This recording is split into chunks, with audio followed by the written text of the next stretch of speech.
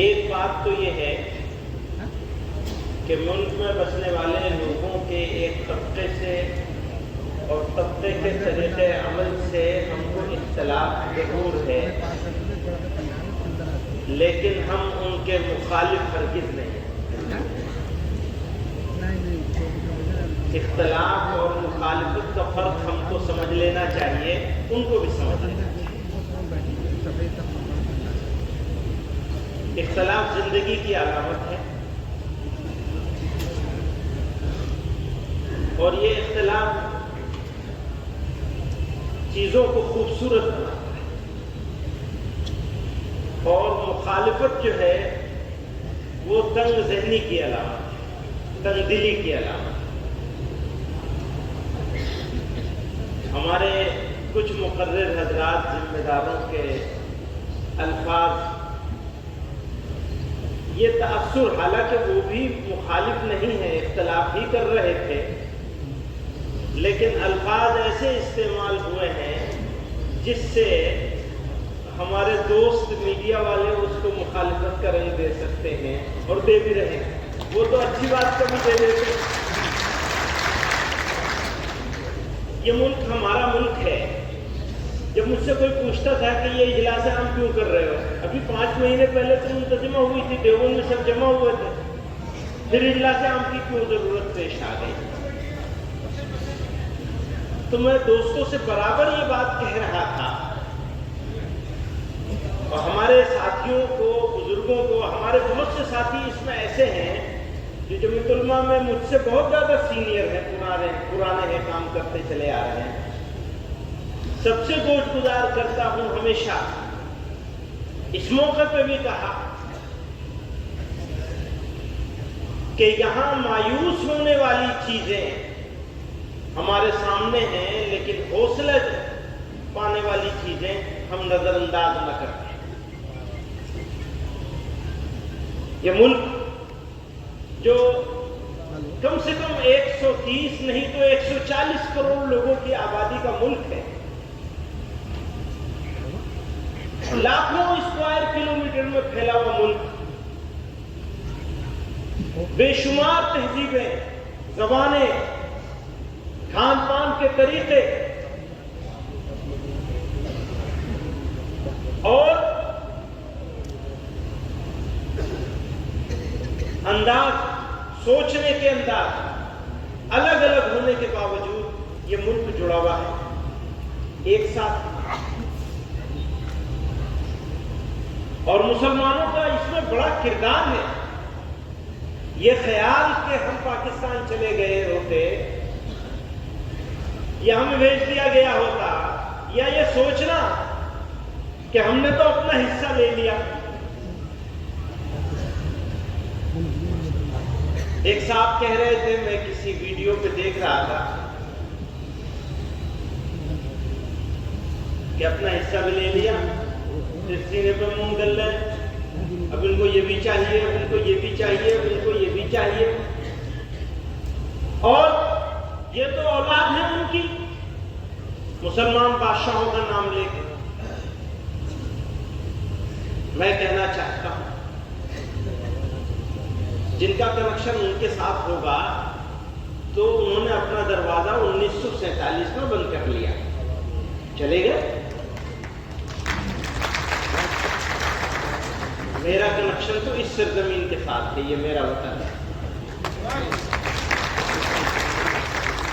بار بار پہلے بھی کہتا رہا ہوں، اسی گلی کی ہے خاک سے، یہی خاک اپنی ملائیں گے، نہ بلائے آپ کے آئے ہیں، نہ نکالے آپ کے آئے ہیں۔ یاد رکھیے، اتنے بڑے ملک میں، اتنی بڑے تنوع میں، اتنی زیادہ الگ الگ طرح کی چیزوں میں ہونے کے باوجود، جس کو تکثیریت سے تعبیر کرتے ہیں اردو میں، اگر واقعات ہوں گے تو ان واقعات کو پوری سوسائٹی کا ریفلیکشن مان لینا، پورے سماج کا وہ سوچ مان لینا، یہ آپ کو ناکام کرتے ہیں۔ آپ کی کامیابی اس میں ہے کہ آپ پہچانیے کہ جو اس طرح کی حرکتیں کر رہے ہیں، اس طرح کی زبان بول رہے ہیں، کیا وہ واقعی اکثریت میں ہے یا اقلیت میں ہے؟ اگر وہ اکثریت میں ہے تو ہمارا لب و لہجہ ان سے دوسرا ہوگا۔ یاد رکھیے گا، میں کل بھی یہ بات مجلس عاملہ میں کہی تھی، یہاں پوری بات تو دہراؤں گا نہیں، لیکن اس بات کو یاد رکھیے گا، ہمارے بزرگوں نے بوریے پر بیٹھ کر اس سلطنت کا مقابلہ کیا ہے جس کا سورج غروب نہیں ہوتا تھا۔ ایسا کیسے مان لیا کہ گھبرا جائیں گے؟ بلکہ یہ سمجھنا ہوگا کہ لڑائی کیا ہے اور لڑائی کس سے ہے۔ اس ملک میں بسنے والی میجورٹی سے ہمارا جھگڑا اختلاف نہیں ہے۔ ایک تو یہ سمجھیے کہ مخالفت کسی سے نہیں ہے ہماری۔ اب دوست لوگ اس کے بعد پوسٹ چلائیں گے طرح طرح کے چینلوں پر، الگ الگ جگہوں پر، کہ انہوں نے کہا ہمارا کسی سے مخالفت نہیں ہے۔ ہاں، ہماری کسی سے مخالفت نہیں ہے، نوٹ کر لیجئے اس کو بار بار کہنا چاہتا ہوں، ہمارا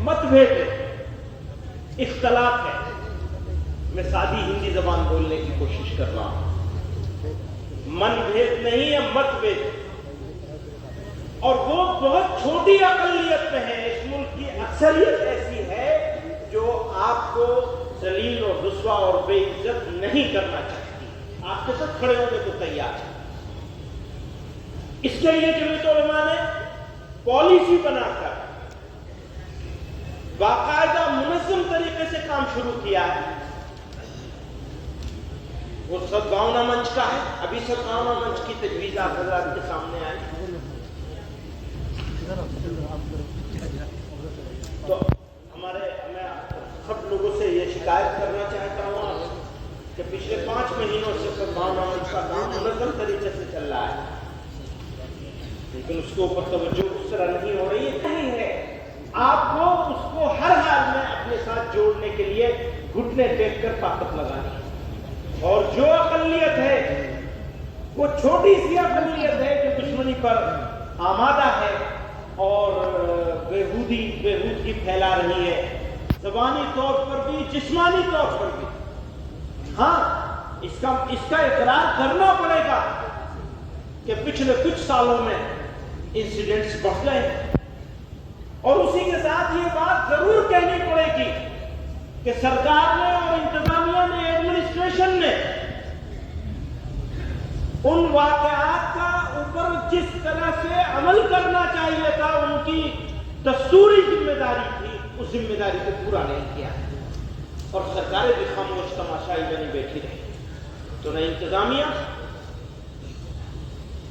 نہ ایڈمنسٹریشن، انتظامیہ، ایڈمنسٹریشن، سرکار، اور کچھ ملی جلی شکایت عدلیہ سے بھی وہ ہے۔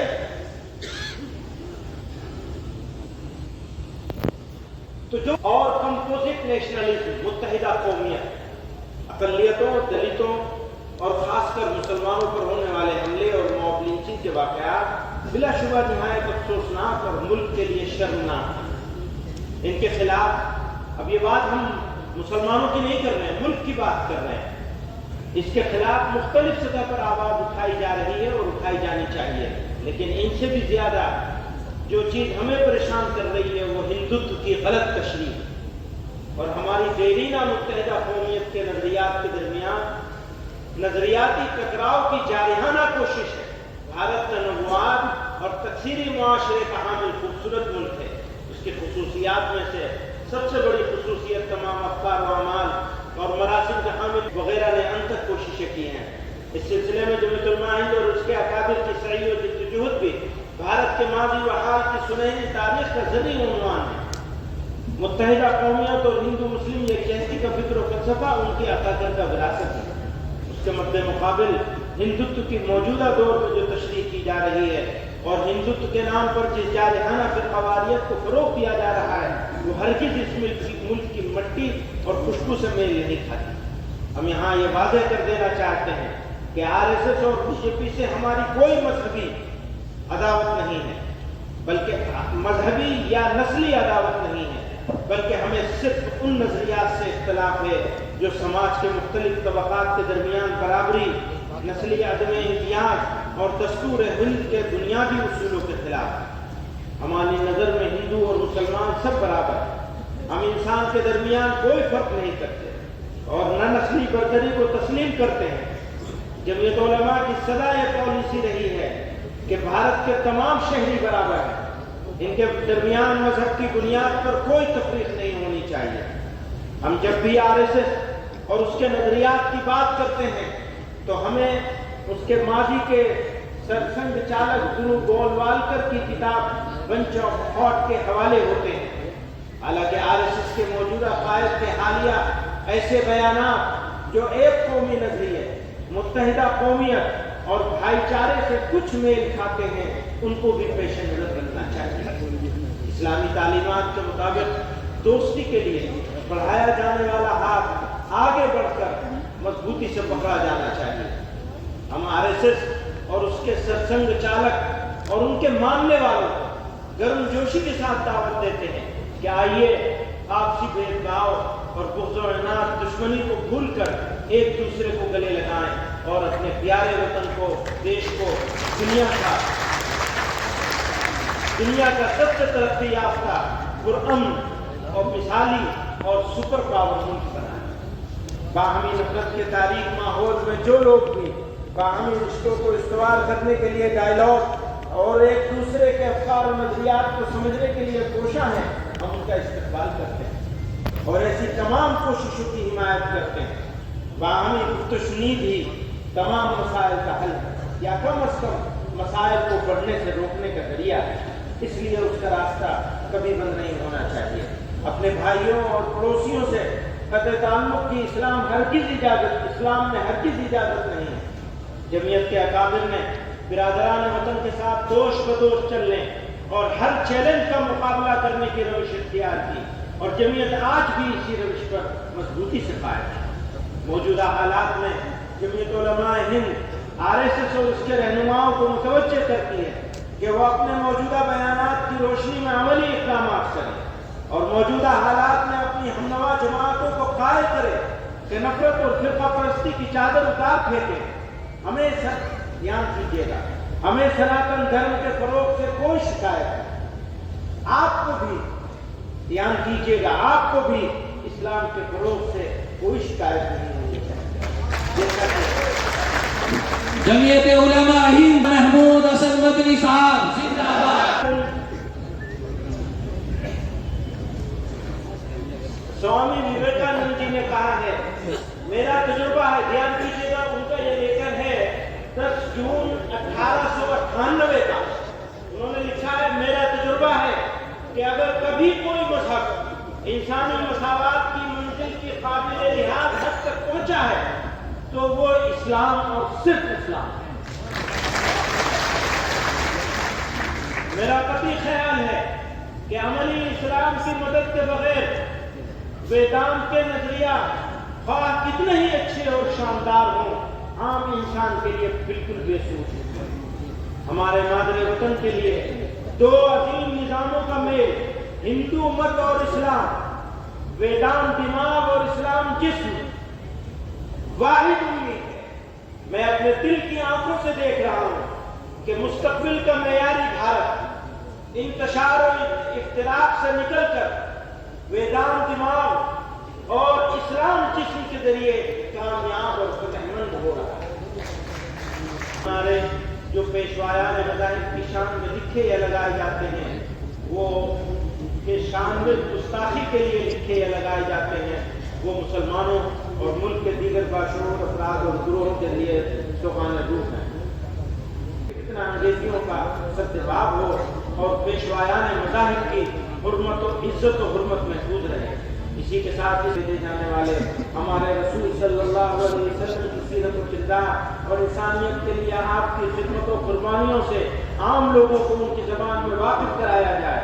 جب تک آپ نشر و اشاعت، تبلیغ اور افہام و تفہیم کے ذریعے دماغوں کو متاثر نہ کریں گے، محض وجہ قانون سے پورا نتیجہ حاصل نہیں ہوگا۔ اس کے بارے میں جب آپ بات کرتے ہیں تو ملک میں بسنے والے سب لوگوں کے بچوں کی بات کرتے ہیں، تو اس کے اوپر کسی ایک کتاب کو لادنا، کسی ایک کتاب کو لازم کرنا، کسی ایک مذہب کی چیزوں کو لازم کرنا، یہ بھی اس ملک کی روح کے منافی ہے، اور کم از کم مسلمانوں کو تو یہ ہرگز قابل قبول نہیں ہے۔